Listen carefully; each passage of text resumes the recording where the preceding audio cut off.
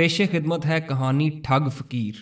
पुराने ज़माने में पेशावर और इर्द गिर्द के इलाकों के लोग कारोबार के लिए अक्सर अफ़गानिस्तान के दारुल हुकूमत काबुल और दूसरे शहरों में आते जाते रहते थे। ऐसे ही दो शख्स पेशावर से काबुल गए और वहां जाकर गोश्त फरोख्त करने का काम शुरू कर दिया। वो दोनों कुछ मुद्दत तक काबुल में काम करते रहे। जब उनके पास 2-3 हज़ार रुपये जमा हो गए तो उन्होंने अपने वतन जाने का इरादा किया। उन्होंने काबुल में अपना कारोबार समेटा, जमा पूंजी को एक थैली में डाला और वापस चल दिए। रास्ते में एक जगह उन्होंने एक अंधे फकीर को देखा। वो बड़ी दर्द भरी आवाज में कह रहा था, हाय अफसोस, किस्मत ने मुझसे दौलत भी छीन ली और आंखों की रोशनी भी। काश मुझे भी एक बार अपने हाथ पे रुपया रखने का मौका मिल जाए। अंधा फकीर बार बार यही अल्फाज कह रहा था। वो दोनों शख्स जब फकीर के करीब आए तो इसके अल्फाज सुनकर बहुत हैरान हुए। उन्होंने इससे पूछा, भाई तुम किस्मत की शिकायत क्यों कर रहे हो? अंधे फकीर ने एक आह भर कर कहा, क्या पूछते हो भाइयों, एक वक्त था कि मैं भी तुम्हारी तरह सुखी था। मेरी बहुत जायदाद थी, हजारों लाखों में खेलता था। फिर किस्मत ने पलटा खाया, मैं अमीर से फकीर हो गया। किस्मत ने मेरी आंखों की रोशनी भी छीन ली। अब किस्मत की शिकायत ना करूं तो और क्या करूं? उन दोनों ने कहा, मगर तुम ये क्यों कहते हो कि काश एक बार फिर अपने हाथ पर रुपया रखने का मौका मिल जाए? अंधे फकीर ने एक आह भरी और कहा, इसलिए कि एक वो वक्त था जब मेरे हाथ में हजारों रुपए होते थे। अब जी चाहता है कि अपना ना सही दूसरों का रुपया ही अपने हाथ पर रख कर थोड़ी देर के लिए जी खुश कर लूं। वो दोनों शख्स बड़े रहमदिल थे। उन्होंने आपस में सलाह की कि हम अपने रुपयों की थैली थोड़ी देर के लिए इस फकीर के हाथ पर रख देते हैं। ये अंधा है, थैली लेकर कहाँ जाएगा? इस तरह इसकी ख्वाहिश भी पूरी हो जाएगी और हमें सवाब भी मिल जाएगा।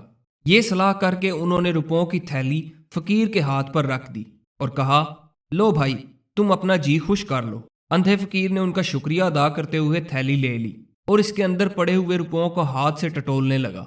ऐसा करते हुए इसके चेहरे से खुशी और अयारी टपक रही थी। थोड़ी देर बाद उन दोनों ने कहा, भाई लाओ अब हमारी थैली वापस कर दो। अंधे फकीर ने कहा, थैली? कैसी थैली? किसकी थैली?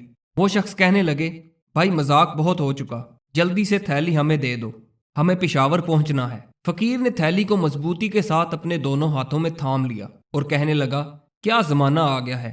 मैंने सारी उम्र भीख मांग मांग कर पैसा जमा किया है और तुम मेरी सारी उम्र की कमाई छीन लेना चाहते हो। ये कहकर फकीर जाने लगा तो उन्होंने जबरदस्ती अपनी थैली लेने की कोशिश की, मगर फकीर ने शोर मचा दिया, देखो लोगो, डाकू मुझे लूट रहे हैं। पास ही एक बस्ती थी।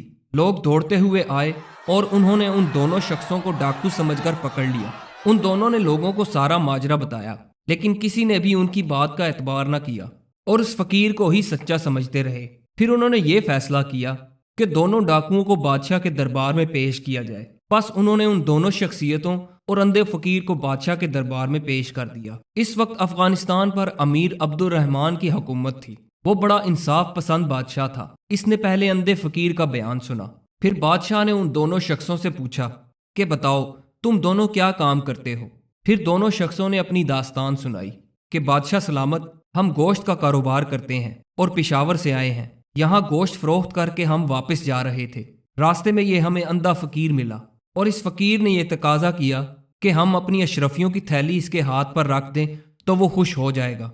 हमने इस फकीर पर रहम खाकर अपनी अशरफियों की थैली उसके हाथ पर रख दी, मगर जब हमने अपनी अशरफियों की थैली वापस मांगी तो ये फकीर इनकार करने लगा। आली जनाब, सच यही है। बादशाह ने कुछ सोचकर एक बड़ी सी कड़ाही मंगवाई और हुक्म दिया कि इसमें पानी डालकर खूब गर्म किया जाए। वो दोनों शख्स डर के मारे कांप गए। वो अपने जी में ख्याल कर रहे थे कि बादशाह उनको खोलते हुए पानी में डलवा कर मार डालेगा। मौत का ख्याल करके उनकी आंखों के आगे अंधेरा छा गया। जब कड़ाही का पानी खूब गर्म हो गया और खोलने लगा तो अमीर अब्दुल रहमान ने हुक्म दिया, थैली खोलकर रुपए पानी में डाल दिए जाएं। एक सिपाही आगे बढ़ा और इसने थैली का मुंह खोलकर रुपए पानी में डाल दिए। फिर बादशाह ने हुक्म दिया, सब लोग कड़ाही से परे हट जाएं। लोग कड़ाही से परे हट गए। अमीर अब्दुल रहमान अपनी जगह से उठकर कड़ाही के पास आ गया। इसने पानी की सतह को गौर से देखा और फिर वापस अपने तख्त पर जा बैठा। इसके बाद इसने हुक्म दिया, कड़ाही का पानी गिराकर रुपया इन दोनों शख्सों के हवाले कर दिया जाए। यह फकीर झूठा है और इसे कैद कर दिया जाए। अमीर अब्दुल रहमान का फैसला सुनकर उन दोनों शख्सों के चेहरों पर खुशी की लहर दौड़ गई। उन्हें यूं महसूस हुआ जैसे नई जिंदगी मिल गई हो। دربار میں جو لوگ موجود تھے بڑے حیران ہوئے کہ بادشاہ نے کس طرح یہ سمجھ لیا کہ روپیہ فقیر کا نہیں بلکہ ان دو شخصوں کا ہے۔ آخر قاضی نے ہمت کر کے پوچھا تو امیر عبد الرحمان نے کہا، ہم نے گرم پانی کی سطح پر گوشت کی چکنائی دیکھی تو ہمیں معلوم ہو گیا کہ یہ روپیہ ان دونوں شخصوں کا ہے جو انہوں نے گوشت فروخت کر کے کمایا ہے۔